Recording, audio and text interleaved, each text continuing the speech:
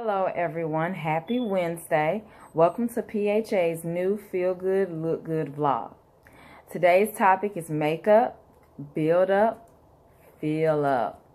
So first we'll be discussing the makeup, which is an eyeshadow, lipstick, and primer. It's about self-esteem, confidence, and the dynamic of what beauty really is. Next we'll discuss the build-up, which is mostly focused on your mental state. Last, we'll discuss the Feelup, which is all about being you, ownership, and not needing any justifications for your actions. All right, so let's jump in. The makeup. Now, yes, I'm the Avon lady. Yes, I do sell and encourage people to purchase makeup. And yes, I do wear a little myself. But we won't be discussing that kind of makeup today because what's on the outside really doesn't matter nearly as much as what's on the inside. There are two things that I believe fill your makeup or play a role in your covering, and that's self-esteem and your knowledge of what beauty really is. Self-esteem.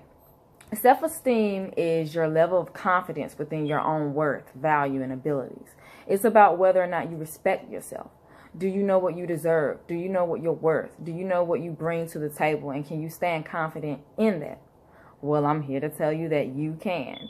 There are many things that can affect our self-esteem as a child, which then rolls over until our adulthood. I believe one of them is upbringing. Yeah, upbringing. Now, don't get me wrong. This doesn't mean that a parent did something wrong or that you were not brought up right. It just means that your personality and your character traits form and are instilled in you starting from the very beginning, and anything that happens to you or around you from that point on could show up in that. I know that I had a mother that was very shy. She had self-esteem issues herself due to stuff that happened to her as she was growing up, and she was very nervous about being in crowds, speaking in front of people, and just getting out of the house, period. I mean, we couldn't even go out to eat without her feeling nervous or anxious. Now, I saw that. I saw the nerves. I saw the insecurities. And because of her insecurities and things that happened in her life, she shielded us. She shielded me and my sister because she thought that that was the only and best way that she could protect us. Honestly, that probably stunted my growth a little bit. I, too, started my life being shy. I was an introvert. I hated leaving home and going to school because I was so afraid of being around a bunch of other kids. What would they think of me? How would I be treated? I saw my mom be fearful of those things, so I was scared too. I remember one time in elementary school, a janitor had to hold me down as my mom dropped me off to school so that my mom could make it to the car in time to pull off before I made it back outside, because I was going to jump right in that car with her. Looking back, I honestly don't even really have any logic as to what I was afraid of. I just know I was scared, and that was the reaction that came out. As a teenager, I had panic attacks during class speeches where I had to speak in front of everyone. I had a dream to be in music, and I just let that go because there was no way I would be singing or rapping in front of crowds. Anyway, the things I saw and grew up around affected my own self-esteem. I became a homebody just as my mom was. It really set me back. It kept me from seeing more, doing more, getting out more. And then when I did get out, I didn't know what to do with myself. I was nervous and unsure how to conduct myself in certain scenarios. I had lack of experience with people, so no people skills. I was very sweet and a kind person, but I didn't have a covering. Now again, I'm not saying anyone did anything wrong. As parents, we all do the best that we can with what we know. We learn as our children learn. I know I'm a mom of 5 and a stepmom of 3. They teach me as much as I teach them every day. They're homeschooled, so I have them with me all the time, yet every day is full of new adventures. So just look back, reevaluate your childhood. You may not want to remember some things, but remember it. Look at it in its eyes, face it head on, and tell yourself it's nothing. Tell yourself it's nothing, because it's not.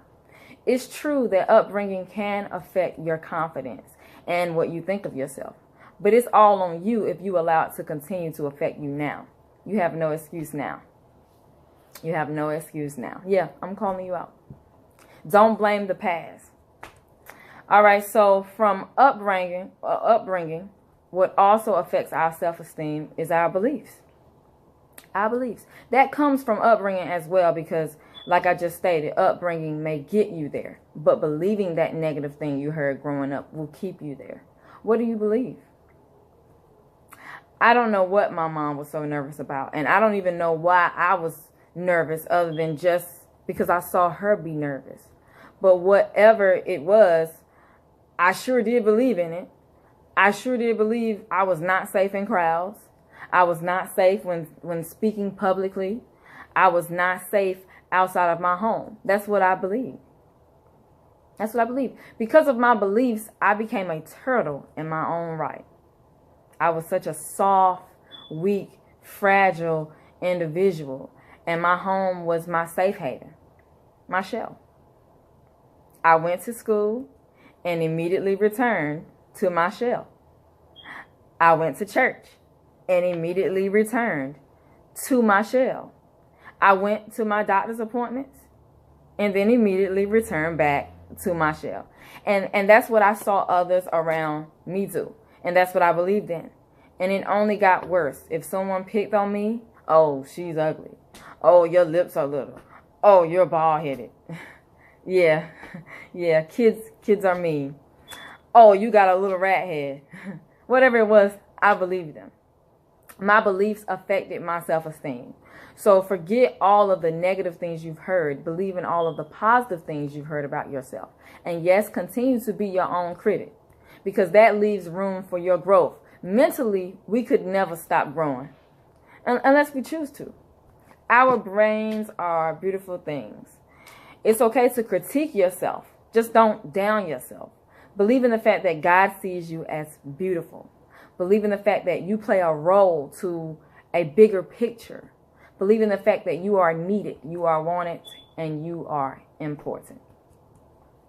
Okay? So aside from upbringing and beliefs, support. Support can also affect your self-esteem. Who's in your corner? Who's a part of your support system? Not the people trying to bring you down.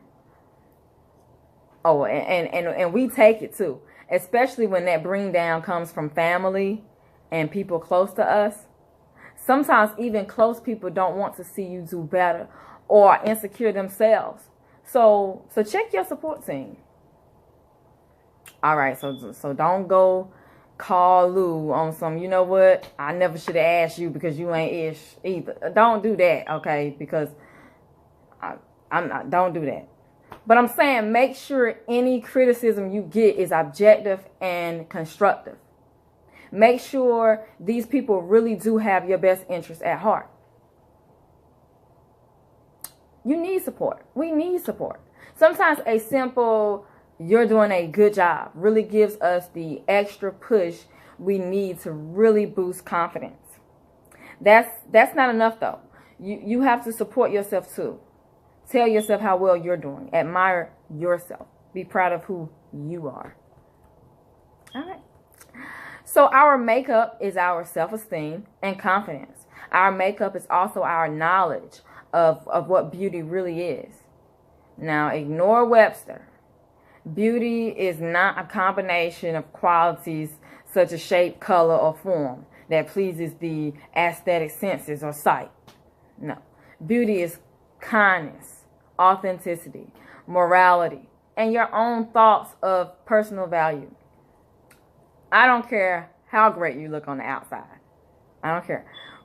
Which is up for debate by several different opinions anyway. But, I mean, you can look really great to someone on the outside, but if you're mean, disrespectful, a troublemaker, a follower, and you don't like yourself, all of that will project much more than those pretty little eyes and thick thighs.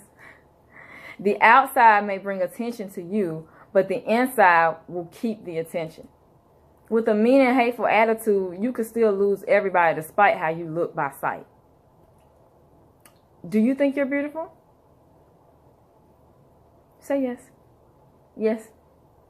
I'm beautiful because your thoughts about yourself is all that matters.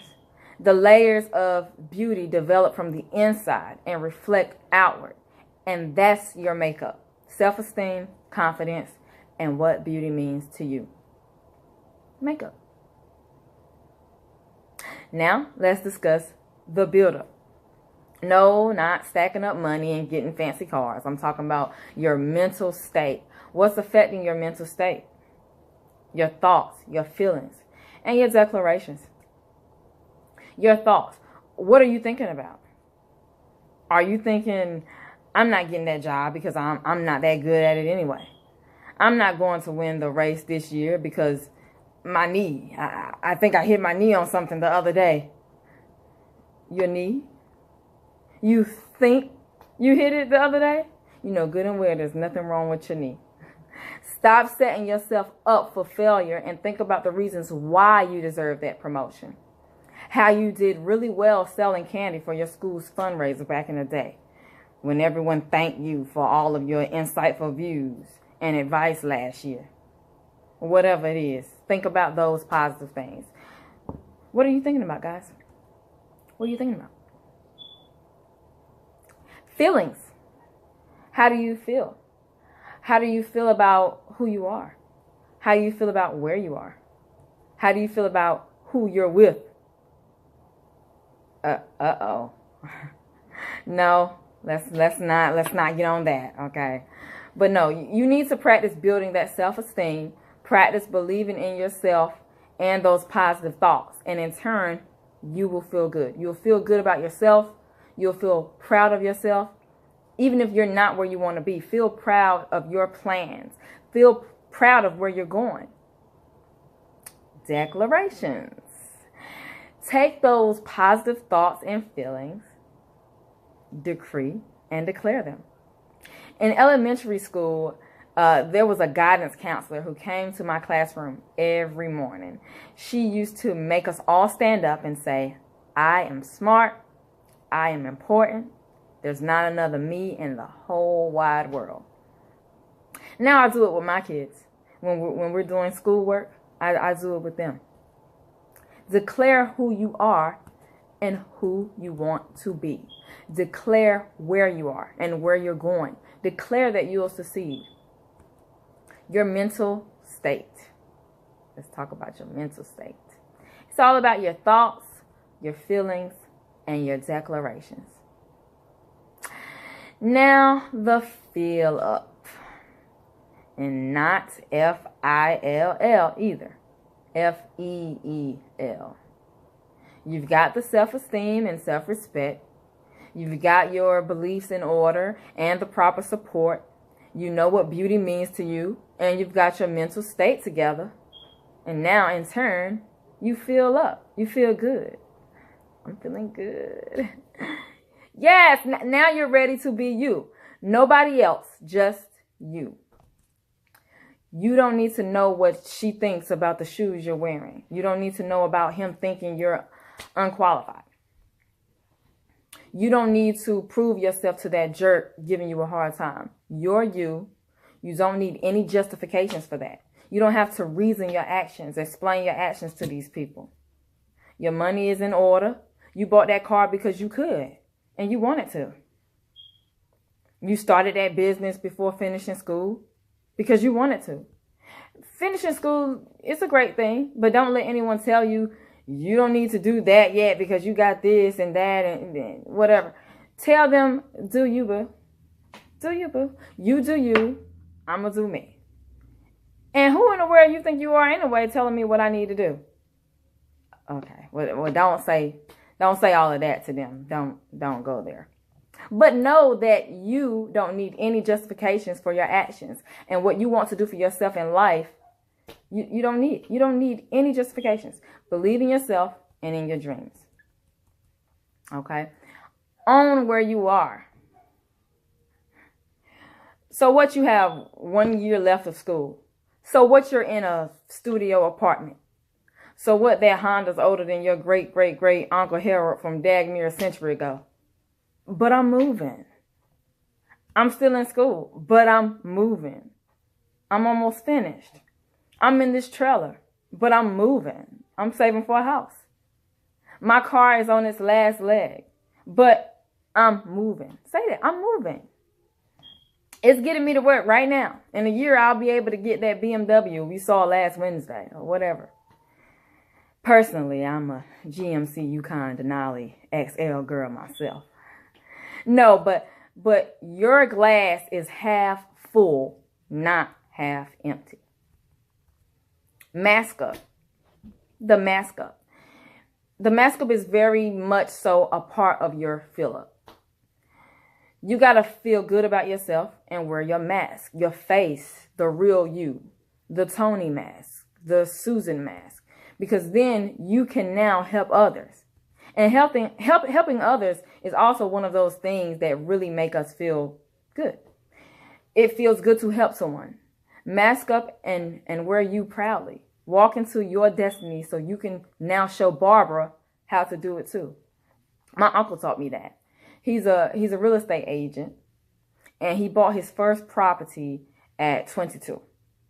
He didn't let age, skin color, or what people thought stop him. He proudly wore his mask, succeeded, had other people then admiring him and following him.